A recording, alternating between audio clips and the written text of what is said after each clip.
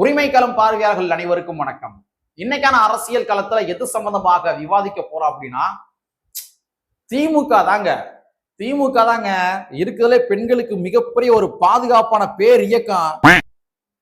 ஏய், எதுக்கு சிரிக்கிற? எவ்வளவு சீரியஸா பேசிக்கிறீங்க? ஒரு 75 ஆண்டு கால திமுக பத்தி அப்படியே பெருமையா பேசுறீங்க. நீ வாட்டு லந்து பண்ற மாதிரி சிரிச்சுக்கிட்டு இருக்க. அப்ப நான் சொல்றதெல்லாம் பொய்ன்னு ஆயிராதா? நான் சொல்றதெல்லாம் உட்டாலங்கடின்னு ஆயிராதா? எவ்வளவு சிரிச்சுக்கிட்டு இருக்கிற? பெர்ஃபார்மன்ஸ் பண்ண விட்றா. அப்புறம் நான் பேசலாம் போய் நினைக்க மாட்டாங்களா? பேட் வைப்ரேஷனுங்க. சரி, திமுக தாங்க இருக்கலே பெண்களுக்கு மிகப்பெரிய ஒரு பாதுகாப்பான இயக்கம். அது மட்டும் கிடையாதுங்க, இந்த இஸ்லாமிய மக்கள் இருக்காங்க தெரியுமா? இஸ்லாமிய மக்களுக்குமே திமுக தான் மிகப்பெரிய பாதுகாப்பான இயக்கம். அதுவும் குறிப்பா அந்த இஸ்லாமிய பெண்கள் இருக்காங்க இல்லையா, இந்த இஸ்லாமிய பெண்களுக்கு திமுக தாங்க ரொம்ப ரொம்ப பிடிக்கும். என்னடா மறுபடியும் சிரிக்கிற? வீடியோவா? என்ன வீடியோ அனுப்பியிருக்க? நான் இருடி பார்த்துட்டு சொல்றேன். ஐயா, நான் திமுக புகழ்ந்து பேசிக்கிறீங்க. இங்க என்னன்னா ஒரு இஸ்லாமிய பெண்மணி திமுக இருக்க ஒரு நிர்வாகியை போட்டு கிழிச்சு வச்சிருக்கிறாங்க. ஐயா, ஒரு இஸ்லாமிய பெண்மணியே திமுக போட்டு இந்த அளவு கிழிக்கிறாங்கன்னா என்ன காரணமா இருக்கும்? அதுக்கு ஒரு வீடியோ இருக்குது. ஏன்னா திமுக ஒரு நிர்வாகி என்ன பண்ணியிருக்காருன்னா, ஆபாச பேச்சுகளால அர்ச்சனை பண்ணியிருக்கிறாரு.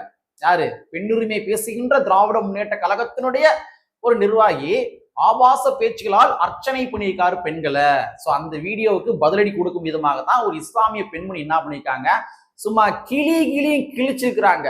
உங்க வீட்டு கிளி ஏன் வீட்டு கிளி கிடையாது, கிழிச்சிருக்கிறாங்க. அந்த மேட்ரு என்ன, அதற்கு பின்னாடி இருக்கிற அரசியல் என்ன என்பதனை இந்த காணொலியில கொஞ்சம் டீட்டெயிலா பார்த்துடலாம். நண்பர்கள் அனைவருக்கும் இளம்பெரும் வழுதியின் இனிய வணக்கம். நாங்க இப்படி வந்து பார்த்துட்டோம். இனி ஜென்மத்துக்கும் எங்களால குடிய முடியாது. அதனால நாங்க சண்டை போட போறோம்.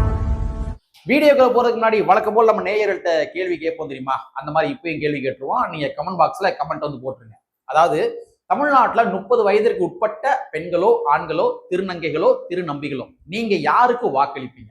எந்த கட்சிக்கு வாக்களிப்பீங்க? அது மட்டும் கமெண்ட் பாக்ஸ்ல ஒரு கமெண்ட் போட்டுருங்க. ஜஸ்ட் ஒரு சர்வேக்காக தான் நான் அதை கேட்கிறேன். சரிங்களா? சரி, முதல்ல அந்த வீடியோ என்ன? அதாவது ஒரு இஸ்லாமிய பெண்மணி என்ன பண்ணிருக்காங்க, திராவிட முன்னேற்ற கழகத்தினுடைய முக்கியமா நிர்வாகி ஒருத்தரை விட்டு கிழிச்சிருக்கிறாங்க. சரிங்களா? அந்த வீடியோ என்ன அப்படின்றத இப்ப பிளே பண்றேன், நீங்களே பாருங்க.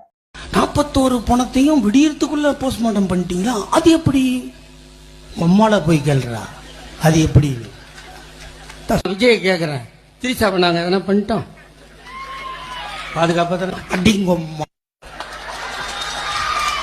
உங்க வீட்டுக்கார விட விஜய் தான் எனக்கு பிடிக்கும்.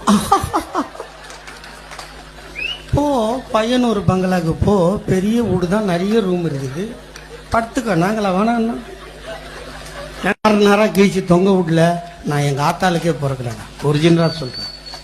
இதுல என்ன வேடிக்கைன்னா எனக்கு வருத்தம், அந்த பையனுக்கு 51 வயசு தான் ஆகுது. வயசான காலத்துல சொல்லுவானுங்க திமுகவை ஒழிப்பேன், பள்ளம் தோண்டி புதைப்பேன், விழா எலும்ப முறிப்பேன்னு. அப்படி சொன்னவெல்லாம் சீக்கிரம் செத்துத்தான் வரலாறு. நீ யாரவனாத்துக்கு பட்டியல். அப்படி அவன் சாவாம ரொம்ப நாள் இருக்கிறான்னா. வீடியோ பாத்தீங்களா? திராவிட முன்னேற்ற கழகத்தினுடைய ஒரு ஆபாச பேச்சாளருக்கு ஒரு இஸ்லாமிய பெண்மணி தக்க பதிலை கொடுத்திருக்காங்க. சும்மா குடுன்னு கொடுத்துருக்காங்க. அவங்க என்ன பேசியிருக்காங்க அப்படின்றத வீடியோ பிளே பண்றேன், நீங்களே பாருங்க. சிவாஜி கிருஷ்ணமூர்த்தி இந்த புறம்போக்க பத்தி தான் இன்னைக்கு பேசணும். ஒரு மேடையில நின்று பெண்களை அந்த அளவுக்கு இழிவுபடுத்தி பேசியிருக்கான். விஜய பிடிக்குதுன்னா பனையூர்ல பங்களா இருக்கு, நிறைய ரூம் இருக்கு, போய் படுத்துக்க, நாங்க என்ன கேட்கவா போறோம்னு கேட்டிருக்கான். இந்த மாதிரி உன் பொண்டாட்டி உன் பொண்ணை நிறைய பங்களாவுக்கு ரூமுக்கு அனுப்பிதான் இன்னைக்கு நீ இந்த பதவியில இருக்கியாடா? ஏண்டா பொறுக்கி நாயே? இந்த பொதுமக்களும் இந்த பெண்களும் ஓட்டு போட்டதுனாலதான் உனக்கு இந்த பதவி. உங்க ஆட்சியிலே பெண்களுக்கு பாதுகாப்பு கொடுத்திருக்கீங்க, உங்க ஆட்சியிலேயே பெண்களை மதிச்சிருக்கீங்க. இதை விடவா பெண்களை கேவலமா பேசணும்? உன் பொண்ணுக்கு உன்னை பிடிக்குதுன்னா நீ போயிருவே உன் பொண்ணு கூட. உன் பொண்டாட்டி பொண்ண பேசுனா உனக்கு எப்படி கோவம் வருமோ, இதே மாதிரிதான் அவங்க குடும்பத்துல இருக்கிற பெண்களை பேசுறப்ப எல்லாத்துக்குமே கோவம் வரும். இவன் பேசுறப்ப உட்காந்து மேடையில சிரிக்கிறாங்க. உங்க வீட்டுல எல்லாம் பெண்கள் இல்ல? இதே பேச்சுதான் உங்க வீட்டுல இருக்கிற பெண்களுக்கும் வரும். அந்த மாதிரி அந்த இடத்துல பேசுறப்ப கரெக்டான ஒரு ஆட்சி நடக்குது அப்படின்னா அவனை செருப்ப கழட்டி அந்த இடத்துல அடிச்சிருப்பீங்க. எப்படி நீ பெண் இந்த மாதிரி பேசலான்ட்டு நீங்க தான் பேச விட்டே வேடிக்கை பாக்குறீங்க. நீங்க பேசுன்னு சொல்ல போய் தான் அவன் அந்த அளவுக்கு மேடையில பேசுறான். அந்த புறம்போக்கு நாயெல்லாம் இன்னைக்கு பேசுற அளவுக்கு பெண்களை வந்து இழிவுபடுத்துற அளவுக்கு ஆயிருச்சு. இதுக்கு மேலேயுமாங்க இந்த ஆட்சி இருக்கணும்?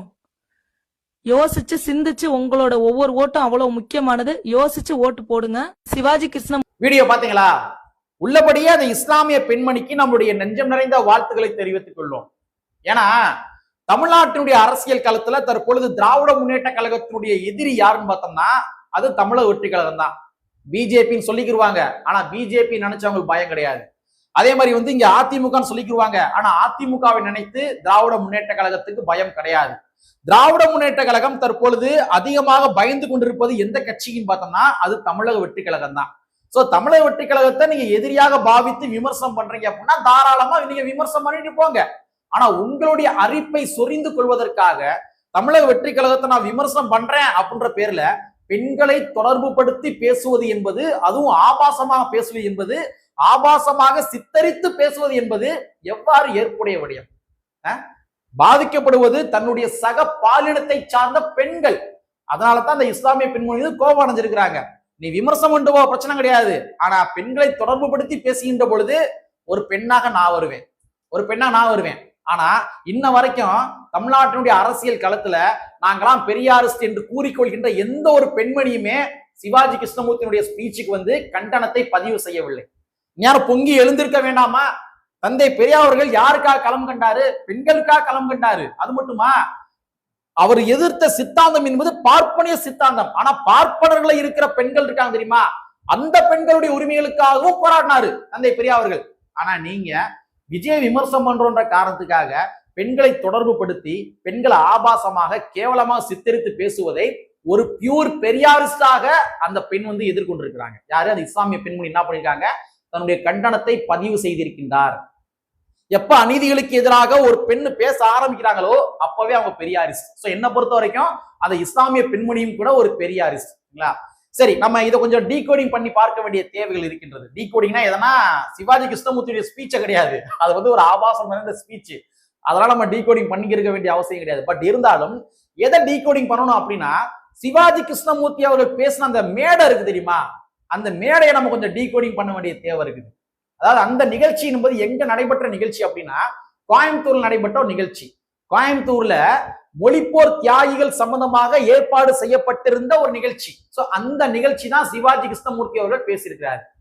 மொழிப்போர் தியாகிகளை பற்றி பேசியிருந்திருக்கலாம், மொழிப்போர் தியாகிகளுடைய வரலாறுகளை பற்றி பேசியிருந்திருக்கலாம், அந்த காலகட்டத்தில் இந்த மொழிப்போர் எப்படி எப்படிலாம் நடைபெற்றுச்சுன்ற பத்தி பேசியிருந்திருக்கலாம், இந்த மொழிக்காக முதலாக உயிர் நீத்த நடராசனை பத்தி பேசியிருந்திருக்கலாம்.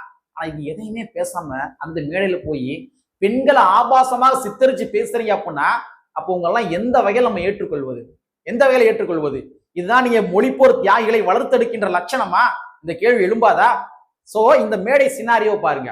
இன்னொரு மேடை சினாரியோ இருக்குது. அது என்னன்னு பார்த்தோம்னா, சிவாஜி கிருஷ்ணமூர்த்தி வந்து மேடையில பேசியிருக்காரு. அந்த மேடையில கீழே நபர்கள் உட்காந்துருப்பாங்க தெரியுமா, அந்த மேடையில உட்காந்துருப்பாங்க தெரியுமா, அவங்க எல்லாருமே யாருன்னு பார்த்தோம்னா கருப்பு சட்டை போட்ட பெரியாரிஸ்டுகள். கருப்பு சட்டை போட்ட பெரியாரிஸ்டுகள். சிவாஜி கிருஷ்ணமூர்த்தி பேசுறாரு, ஆபாசமா பேசுறாரு. பேச பேச கீழே இருக்க பெரியாரிஸ்டுகள், கருப்பு சட்டை போட்ட பெரியாரிஸ்டுகள் கையை தட்டி குலுங்கி சிரிக்கிறாங்க. அந்த காட்சிகளை பாக்குறப்ப எனக்கு அவ்வளவு கோவம் வருது. சிவாஜி கிருஷ்ணமூர்த்தி இந்த மாதிரி பேசின உடனே அங்க உட்கார்ந்து இருக்க பெரியாரிஸ்டுகள் உடனே என்ன பண்ணிக்கணும்? எந்திரிச்சு தங்களுடைய கண்டனங்களை பதிவு செய்திருக்க வேண்டும். என்னப்பா நிப்பாட்டுப்பா, என்ன நீ இப்படி பேசியிருக்க? நீ எப்ப மொழிப்போர் தியாகிகள் மேடையில வந்து நீ மாட்டுக்கு பெண்கள் ஆபாசமா பேசிக்கிருக்க? நமக்கு விஜய் வந்து எதிரி தான், மாட்டுக்கிறது கிடையாது. விஜய் நம்ம விமர்சனம் பண்ணணும், மாட்டுக்கிறது கிடையாது. அதுக்காக ஒரு பெரியாரிஸ்டுகள் நாங்க உட்கார்ந்துருக்கோம், பெண்களுக்காக போராடிய பெரியாரிஸ்டுகள் உட்கார்ந்துருக்கோம், பெண்களுடைய உரிமைகளுக்காக போராடிய பெரியாரிஸ்டுகள் உட்கார்ந்துருக்கோம். ஆனா எங்க முன்னாடியே நீ பெண்களை இழிவா பேசுவியா? நிப்பாட்டு. இதெல்லாமே நீங்க உன்னோட மேடையில போய் பேசிக்க. நீ ஒரு மேடை ரெடி பண்ணி அதுல போய் பேசிக்க. நாங்க இருக்கிற மேடையில, ஒரு பெரியாரிஸ்டுகள் இருக்கிற மேடையில பெண்களை சித்தரிச்சு பேசாத, ஆபாசமா பேசாத அப்படின்னு சொல்லி கீழே உட்கார்ந்து இருந்த பெரியாரிஸ்டுகள் என்ன பண்ணிருக்கணும்? சிவாஜி கிருஷ்ணமூர்த்தி கண்டனத்தை பதிவு பண்ணிருக்கணும், மைக் ஆஃப் பண்ணிருக்கணும், எந்திரிச்சிருக்கணும், கண்டனத்தை பதிவு செஞ்சிருக்கணும், உடனே பதிவு செஞ்சிருக்கணும். ஆனா அங்க உட்கார்ந்து இருந்த பெரியாரிஸ்டர் என்ன பண்ணாங்க? கைத்தட்டி சிரிக்கிறாங்க. சிவாஜி கிருஷ்ணமூர்த்தி பேச பேச எங்க அப்பா குலுங்கி சிரிக்கிறாங்க. இதனாலதான் இன்றைய காலகட்டத்துல பெரியாரிஸ்டுகள் மேல நன்மதிப்புகள் கொஞ்சம் கொஞ்சமா குறைந்து கொண்டிருக்கின்றது. நான் ஒட்டுமொத்த பெரியாரிஸ்டுகளுமே தவறு என்று சொல்லவில்லை. உள்ளபடியே திராவிட முன்னேற்ற கழகத்துக்கு சொம்படிக்கிற பெரியாரிஸ்டுகள் இருப்பாங்க தெரியுமா, திராவிட முன்னேற்ற கழகம் என்ன தவறு செஞ்சாலுமே அவங்கள வந்து அவங்களுக்கு முட்டு கொடுத்து முட்டி தூக்குற பெரியாரஸ்கள் இருப்பான் தெரியுமா, அவங்கதான் தவறு சொல்றேன். ஏங்க, தந்தை பெரியார் அவர்கள் எதற்காக இயக்க அரசியலாவே தொடர்ந்தாரு? எதுக்காக தேர்தல் அரசியல் அவர் போகல? எந்த கட்சி ஆட்சியில் இருந்தாலும் சரி, எதிர் நிலைமையில் நின்று கேள்வி எழுப்பணும். அவங்க தவறு செய்யறாங்களா சுட்டி காட்டணும். அது திமுகவாக இருந்தாலும் சரி, அதிமுகவாக இருந்தாலும் சரி, எந்த கட்சியா இருந்தாலும் சரி. அதனாலதான் அவர் இயக்க அரசியலாவே தொடர்ந்தாரு. அவரும் தேர்தல் அரசியலுக்குள்ள போயிட்டாரு அப்படின்னா நம்ம வந்து அவங்க செய்யற தவறுக்கு முட்டு கொடுத்து ஆகணும். அதனாலதான் என்ன பண்ணாருன்னா அவர் வந்து வெளியில் நின்றாரு, ஒரு இயக்க அரசியலாவே தொடர்ந்தாரு. இன்னைக்கு ஆண்ட ஆளும் கட்சிகள் இன்னைக்கு வந்து ஓரளவுக்கு நெறி தவறாவும் போறாங்க அப்படின்னா, இல்லாட்டி நெறி தவறுகின்ற பொழுது அவங்க மறுபடியும் அதை சரி கட்டிக்கிறாங்க அப்படின்னா, அதற்கு காரணம் இங்க இருக்கிற இயக்கவாதிகள், பெரியாரிஸ்டுகள், கம்யூனிஸ்டுகள், அம்பேத்கரிஸ்டுகள், இயக்கவாதிகள். குறிப்பா அரசியல் கட்சி சாராத இயக்கவாதிகள் இருக்காங்க தெரியுமா, அவங்கதான் காரணம். அப்ப தந்தை பெரியார் அவர்கள் எதற்காக இயக்க அரசியலாவே தொடர்ந்தார் அப்படின்னா, எந்த கட்சி தவறு செஞ்சாலும் சரி அந்த தவறு சுட்டி காட்டணும். ஆனா நீங்க அப்படியா இருக்கிறீங்க? இன்னைக்கு இருக்கிற பெரியாரிஸ்டுகள் அப்படிதான் இருக்கிறாங்களா? வீரமணி அவர்கள்லாம் பார்த்தோம்னா திராவிட முன்னேற்ற கழகத்துக்கு எப்பப்பெல்லாம் பிரச்சனை ஏற்படுகின்றதோ அப்பெல்லாம் போய் முட்டு கொடுத்து முட்டி தூக்கணும். அவர் பேரே முட்டுமணின்னு மாறி போச்சு. இப்ப அந்த மாதிரி அந்த லட்சணத்தை தான் அவருடைய செயல்பாடுகள் போய்க்கு இருக்குது. இதுவரைக்கும் திராவிட முன்னேற்ற கழகத்தினுடைய ஆட்சியில் நடைபெற்ற போதாமைகளுக்கு எதிராக ஒரு கண்டனத்தை கூட வீரமணி அவர்கள் பதிவு செய்தது கிடையாது. செய்யவே மாட்டாரு. என்ன தவறு செஞ்சாலும் சரி அதை சரி கட்டுற வேலையை மட்டும் தான் பாக்குறாரு. ஜிடி நாயுடுன்னு பாலம் அமைக்கிறாங்க. ஆனா நாயுடு என்பது அது நீங்க சாதி பார்வையில பார்க்க கூடாதுங்க. அதெல்லாம் எப்படிங்க நீங்க பார்க்கலாம்? பார்க்க கூடாதுங்க. இதான் தந்தை பெரியார் சொல்லி கொடுத்தாரா? நம்ம மாண்புமிகு துணை முதலமைச்சர் அவர்கள் அதே கொங்கு பெல்ட்டில் என்ன பண்றாரு, ராஜ் கவுண்டர் மாநாட்டில் போய் 19 முறை ராஜ் கவுண்டர் சொல்றாரு. அப்ப இந்நேரம் உள்ளபடியே உண்மையான பெரியாரிஸ்டுகள் இதனை கண்டித்திருக்க வேண்டாமா? நீங்க இப்படி பேசாதீங்க ப்ரோ, இப்பெல்லாம் பேசுறது தவறு, தந்தை பெரியாருடைய கொள்கை கோட்பாடுகள் எதிராக நீங்க இருக்கிறீங்க, இப்பெல்லாம் பேசலாமா ப்ரோ, பேசாதீங்க ப்ரோ அப்படியா சொல்லியிருந்திருக்கணும்ல வீரமணி போன்ற ஆட்கள், இல்லாட்டி இங்க இருக்கிற பெரியாரிஸ்டுகள் சொல்லியிருந்திருக்கணும்ல. சொல்லல, யாரும் சொல்லல. எனக்கு தெரிஞ்ச 1-2 பெரியாரிஸ்ட் சொன்னாங்க.